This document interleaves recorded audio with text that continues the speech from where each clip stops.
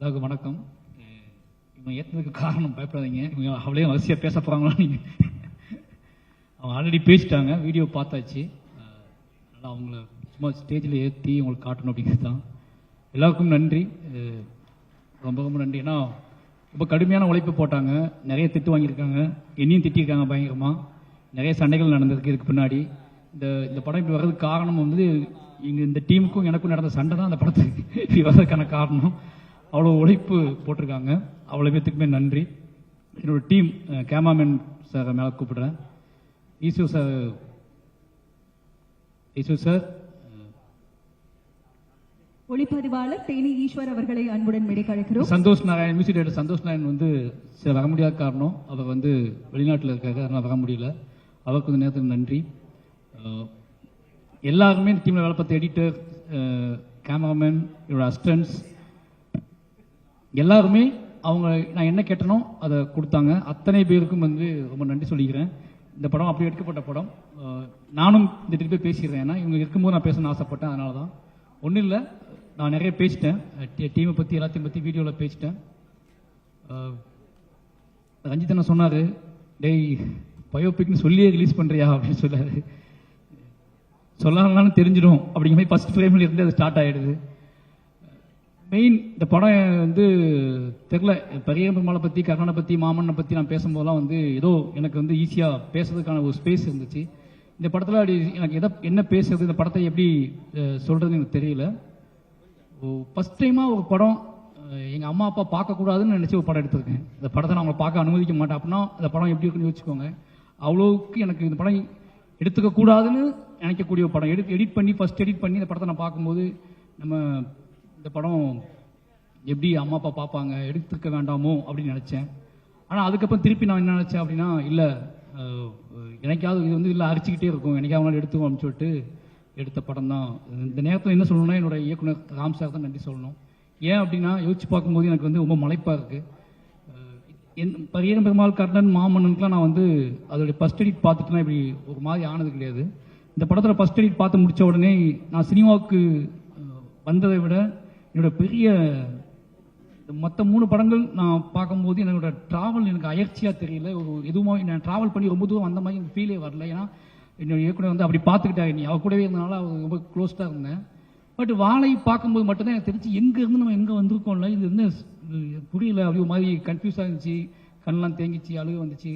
ஒரு எடிட் பார்த்துட்டு நான் வந்து எனக்குள்ளே ரொம்ப ஃபீல் பண்ணி ரொம்ப நாள் அமைதியாகவே இருந்தேன்னா வாழை தான். அதுக்கு ஒரே காரணம் என்னென்னா, இந்த எண்டுக்கும் இந்த டேவுக்கும் அந்த டேவுக்கும் பிப்ரவரி அந்த 99 பிப்ரவரி 22 அந்த டேவுக்கும் இந்த டேவுக்கும் உள்ள லாங் டிஸ்டன்ஸையும், இதுக்கு இடையில நான் சந்தித்த மனிதர்களையும், அவர்கள் எனக்கு கொடுத்த ஆதரவு, வலி, பெயின், இது எல்லாமே நினைச்சு பார்க்கும்போது தெரியல, ஒரு மாதிரி வாழ்ந்து முடித்த மாதிரி ஒரு அனுபவம் வந்து இந்த உண்மையை சொன்னதுனால நம்ம வாழ்ந்து முடிச்சிட்டோம் அப்படிங்கிற மாதிரி ஒரு ஃபீலிங் வந்துருச்சு.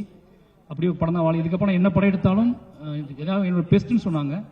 என்னோட பெஸ்ட்டாக இன்னொரு படம் எடுக்க நான் ட்ரை பண்ணுவேன், பெஸ்ட்டாக இன்னொரு படம் எடுக்க ட்ரை பண்ணிக்கிட்டே இருப்பேன். ஆனால் என்னோட உச்சபட்ச கண்ணீர்னா அது வாழை தான். பெஸ்ட்டாக ஒரு படம் எடுக்க ட்ரை பண்ணுவேன், என்னோட உச்சபட்ச கண்ணீராக வாழை தான் நான் பார்ப்பேன். இதுக்கு மேலே நான் எந்த படம் எடுத்தாலும் அழுக வராது, எனக்கு எந்த படம் எடுத்தாலும் எனக்கு ஃபீல் வராது. இந்த படத்தை எடுத்துட்டோம் அப்படிங்கிறதுக்கு இதுக்கு திராணி கொடுத்த என்னோட இயக்குனருக்கு எவ்வளோ நன்றி சொன்னாலும் பார்த்தாது. இப்போ என்னோட கதையை, என்னோட அழுகையை, என்னோட உழைப்பை, என்னோட என்ன சொல்றது பரிதவிப்பை படம் பண்ணுவதற்கான சக்தி இருக்குல்ல. ஒரு டைரக்டருக்கு எல்லா கிராஃப்டும் பிடிபட்டுருமா, ஒரு டைரக்டருக்கு தன்னை பற்றியே உரிச்சு காட்டுறது முடியுமா அப்படின்னு நிறையவே கேள்வி கேட்பாங்க. நான் என்னை உரிச்சு காட்டுறதுக்கான ஸ்பேஸை எனக்குள்ள வலிமையாக கொடுத்தது என்னுடைய இயக்குனர். அவருக்கு ரொம்ப ரொம்ப நன்றி. ஏன்னா அதை யோசிக்கவே முடியாது. ஏன்னா இதுதாண்டா ஆர்ட்னு சொல்லி ஒவ்வொரு டைம் நான் அவட்ட அழுகும் போதெல்லாம் இதுதாண்டா ஆர்ட், இதை பண்றா, முதல்ல இதை பண்றா, நீ என்னடா பண்ணிட்டு இருக்க அப்படின்னு கேட்கும்போது அப்பந்தான் என்னோட கண்ணீர் எல்லாமே கலையா தெரிய ஆரம்பிச்சிச்சு, என்னோட அழுகை எல்லாமே கலையா தெரிய ஆரம்பிச்சிச்சு. அப்படி அதெல்லாம் சேர்ந்து படமா எடுத்துட்டோம். இந்த படம் எனக்கு என்ன சம்பாதிச்சு கொடுக்க போதெல்லாம் தாண்டி திலீப் மாஸ்டர், விவேக், திலீப் மாஸ்டர் ரெண்டுத்தையும் மேலே கூப்பிடுறேன். அந்த எமோஷனல் தான் இந்த படம் வந்து எனக்கு கொடுத்துச்சு. ஏன்னா அது சாருக்கு இந்த படம் என்னோட காணிக்கைன்னு சொல்லலாம். நான் வந்து கடவுள் நம்பிக்கை இல்லை, என்னோட பிரசன்ட், என்னோட டெடிகேஷன். இந்த படத்தை வந்து நான் ட்ரிபியூட் பண்ணது வந்து என்னோட இயக்குனருக்கு தான் ட்ரிபியூட் பண்றேன். ஏன்னா இந்த படத்துக்குள்ள தப்பித்தல்னு ஒன்று இருக்குல்ல, இந்த படத்துல நான் சேர்ந்த இடம் ஒன்று இருக்குல்ல, அது ரொம்ப என்ன சொல்றது, எனக்கு அவங்க இந்த ராம்சாருக்கு நம்ம என்ன கொடுக்க போகிறோம் அப்படின்னு சொல்லிட்டே இருந்துச்சு. ஏதாவது ஒன்று கொடுக்கணும் அப்படின்னா இந்த படம் தான் அவருக்கு. இது அந்த படம் வந்து என்ன இது வெற்றி படமா தோல்வி படமானு தாண்டி நான் முழுக்க இது ராம் சார் கொடுக்கறதாவே எடுக்கப்பட்ட படம். இதுதான் சார் அவர் என்னை உருவாக்குனதுக்கான காரணமும் நான் உருவானதுக்கான காரணமும் இந்த படம் மட்டும்தான். அந்த அந்த நிலையில இது ரொம்ப சந்தோஷமா நான் உணர்றேன். அப்புறம் என்னோட குடும்பத்துக்கு ரொம்ப நன்றி சொல்லணும். நான் என்ன சொன்னாலும் என்ன சொல்றது, எதுக்கு இவன் நம்ம கதையவே திருப்பி எடுக்கிறான் அப்படின்னு நமக்கு வருத்தம் இருக்கு. எங்கிட்டு போனாலும் நம்மளையே கொண்டு வச்சிருந்தானே கொண்டு படத்துக்குள்ள கொண்டு அப்படின்னு எங்கள் அப்பாவுக்கு வருத்தம் இருக்கு, எங்கள் அம்மாவுக்கு வருத்தம் இருக்கு. அது என்ன சொல்றது, ஒரு நாள் சந்தோஷமா ஃபீல் பண்ணுவாங்க, இன்னொரு நாள் ஒரு மாதிரி எமோஷனலாக ஃபீல் பண்ணுவாங்க. என்னோட குடும்பம் ஒரு கட்டத்துக்கு அப்புறம் புரிஞ்சிக்கவே முடியாத என்னை அலைக்கழிச்ச என் குடும்பம் இன்னைக்கு ரொம்ப நல்லா புரிஞ்சுக்குது. அப்படி என்னோட மனைவியாக இருக்கட்டும், என்னோட குடும்பமாக இருக்கட்டும், எல்லாருமே வந்து நான் என்ன முடிவெடுத்து மூவ் ஆனாலும் அதை புரிந்து கொள்ள பக்குவம் அவங்களுக்கு இருக்கு. அந்த பக்குவத்தை கொடுத்த என்னோட கலைக்கு ரொம்ப நன்றி. என்னோட ஆர்ட் ஃபார்ம் தான் அவங்களுக்கு அந்த பக்குவத்தை கொடுத்துருக்கு. இவன் எதை சொன்னாலும் அதுக்குள்ள உண்மையை வைக்கிறான், அது மக்களுக்கு பிடிக்குது அப்படிங்கிற நம்பிக்கையில் என்னை விட்டுருந்தாங்க.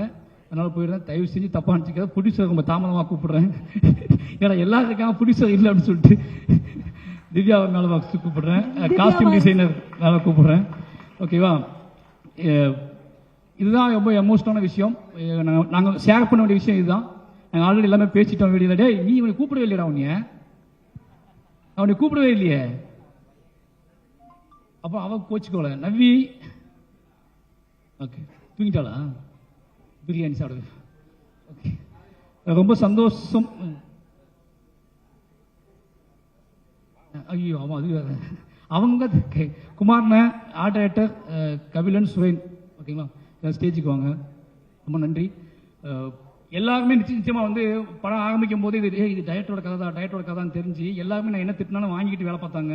அவங்க அத்தனை பேருக்குமே நன்றி. ஏன்னா நான் மற்ற படத்துலையாவது என்கிட்ட வந்து விளக்கம் கொடுப்பாங்க. இப்போ குமாரன் ஆர்ட் டிபார்ட்மெண்ட் நான் உங்களுக்கு சொல்கிறேன் அப்படின்னா செல்வம் அது வராது செல்வம் அப்படிம்பாங்க. இந்த படத்தில் இவன் வேற ஏன் கதை மானே அப்படின்னு சொல்லிட்டு அதுக்கு வேலை பார்த்து கொடுத்தாங்க. அத்தனை பேர்த்துக்குமே ரொம்ப நன்றி.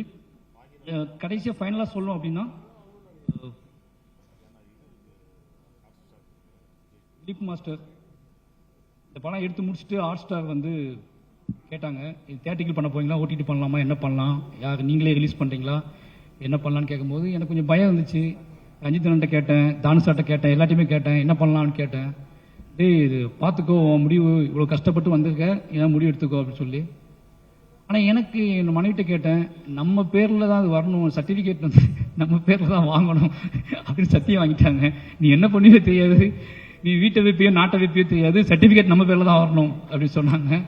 அப்போ நான் சொன்னேன், சார் கொஞ்சம் டைம் கொடுங்க, சர்டிஃபிகேட் என் பேரில் தான் வரணுமா, நவி ஸ்டுடியோஸ் தான் வரணுமா, அதனால வந்து நானே இந்த படத்தை வாங்கிக்கிறேன், கொஞ்சம் டைம் கொடுங்கன்னு கேட்டேன். பிரதீப் சாரும் சரி, நகன் சாரும் சரி, கிருஷ்ணன் குட்டியும் சரி, எல்லாருமே அதுக்காக வெயிட் பண்ணாங்க. சரி சார் நீங்கள் எப்போ சொல்கிறீங்க அப்போ ரிலீஸ் பண்ணலான்னு சார்னு சொல்லி கொஞ்சம் கொஞ்சமாக அதுக்கான ஏற்பாடுகள் பண்ணிட்டு இருந்தோம். தனியாக பண்ணலாமான்னு யோசிச்சுட்டு இருக்கும்போது ஒரு நாள் பைசன் ஷூட்டிங் ஸ்பாட்டுக்கு திலீப் மாஸ்டர் வந்தார். வாழை ரெடி ஆயிடுச்சான்னு கேட்டால் பார்த்தாரு. படம் பார்த்தோன்னே அவருக்கு ரொம்ப பிடிச்சிருச்சு. வெளியே வந்தோடனே ஒரு மாதிரி எமோஷனலாகவே இருந்தார். என்னங்க பிளான் அப்படின்னு கேட்டார். தெரில, நம்மளே ரிலீஸ் பண்ணணும், தியேட்டருக்கு தான் கொண்டு வரணும் அப்படிங்கும்போது நான் கூட வரேன், நானே பண்ணுறேன் கூட வந்து நம்ம ரெண்டும் சேர்ந்து பண்ணிடலாம் உடனே அப்படின்னு சொல்லிட்டு அன்னைய நாளில் இருந்து எதுவுமே கேட்காம என் கூட சேர்ந்து வேலை செய்ய ஆரம்பிச்சிட்டாரு. அப்போ தான் எனக்கு வந்து பயங்கர நம்பிக்கையாக இருந்துச்சு. நம்ம சினிமாவுக்குள்ள நம்ம பேர் எடுத்து இப்போ இவ்வளோ டேரக்டர்ஸ் வந்தாங்களே, நிறைய பேர் கேட்டாங்க. ரஞ்சிதன் கேட்டார், டேய் எல்லாத்தையும் 820 அப்படின்னு சொல்லி கேட்டார். எல்லாருமே என்னோட படைப்புக்காக வந்தவங்க அப்படிங்கிற பெருமை இருக்குல்ல, அது பயங்கரமா இருக்கு. என்னோட படங்கள் உங்களுக்கு பிடிச்சிருக்கு, என் படங்கள் ஏதோ உண்மையை தென்பட்டு இருக்கு, இந்த பையனுக்காக போய் பேசலாம், இந்த பையனுக்காக போய் இப்போ பார்த்தீங்கல்ல கர்ஜித்துட்டு போனார்ல மிஸ்கின் அண்ணன் அப்படி பண்ணார்ல, அதுக்கான காரணம் ஒரே காரணம் தான், இவனுங்களுக்காக பேசலாம். அது வந்து எவ்வளோ நாள் தாங்கணும் முடிவு பண்ணதுக்கு நம்ம படைப்புகள் வழியாக அவங்கள நம்ம டச் பண்ணியிருக்கோம் அப்படிங்கிறது ரொம்ப பெருமையாக இருக்கு. இந்த நேரத்தில் வந்த என்னோட சக இயக்குநர்கள், ப்ரொடியூசர்ஸ், நடிகர்கள், நான் கூப்பிட்டு வந்த நடிகர்கள் எல்லாத்துக்குமே ரொம்ப நன்றி. ஏன்னா எனக்கு தெரியும் உங்களோட வேலை நேரம் எவ்வளோன்னு தெரியும். அதெல்லாம் தாண்டி அவனுக்கு போவோம், இந்த படத்தை அவனுக்கு சப்போர்ட் பண்ணுவோம், அவனுக்காக இந்த டயத்தை செலவு பண்ணுவோம் நீங்கள் முடிவு பண்ணதுக்கான காரணம் எல்லாத்துக்குமே ரொம்ப நன்றி. எங்கள் டீம் பார்க்க யாராவது விட்டுருந்தா மன்னிச்சுக்கோங்க. ஹாட் ஸ்டாருக்கு ரொம்ப ரொம்ப நன்றி. ஏன்னா அவங்க பிலீவ் பண்ண நாள்லேருந்து இது தொடங்கிச்சு. எல்லாருக்கும் மெயின் காரணம் எல்லாருமே என்னை ஒருத்தனை பிலீவ் பண்ணாங்க, எனக்காக வேலை பார்த்தாங்க. இன்னைக்கு வந்திருக்கவங்க எனக்காக வந்தாங்க.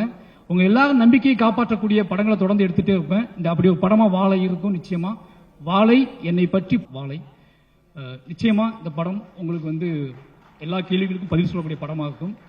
நன்றி, வணக்கம்.